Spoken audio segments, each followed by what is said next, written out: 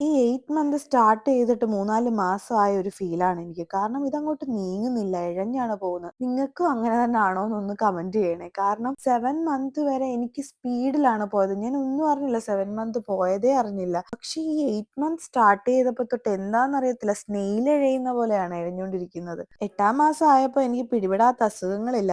ചെറിയ അലർജിയും പിന്നെ ഇപ്പം ദാണ്ടെ ജലദോഷവും പിടിച്ചോണ്ടിരിക്കുകയാണ്. നല്ല ശരീരവേദനയൊക്കെ ഉണ്ട്. ഇപ്പൊ എന്റെ വയറ്റിലോട്ടൊന്ന് ചെറുതായിട്ട് നോക്കിയെങ്കിൽ നിങ്ങൾക്ക് കാണാം എന്റെ ചെറുത് കിടന്ന് ഇങ്ങനെ ഞൊളയ്ക്കുന്നത് കണ്ടോ? ശരിക്കും അനങ്ങുന്നുണ്ട്. കാരണം ബ്രെഡ് ടോസ്റ്റ് ഞങ്ങൾക്ക് ഭയങ്കര ഇഷ്ടമാണ്. എനിക്കും എന്റെ കുഞ്ഞാവയ്ക്കും. എനിക്ക് എന്തേലും ഇഷ്ടപ്പെട്ടത് കഴിച്ചു കഴിഞ്ഞാൽ എനിക്കും ഉണ്ട് കുറച്ചിളക്കം കൂടുതൽ. അതുപോലെ തന്നെ ആയിരിക്കും എന്റെ കൊച്ചും കാണിക്കുന്നത്.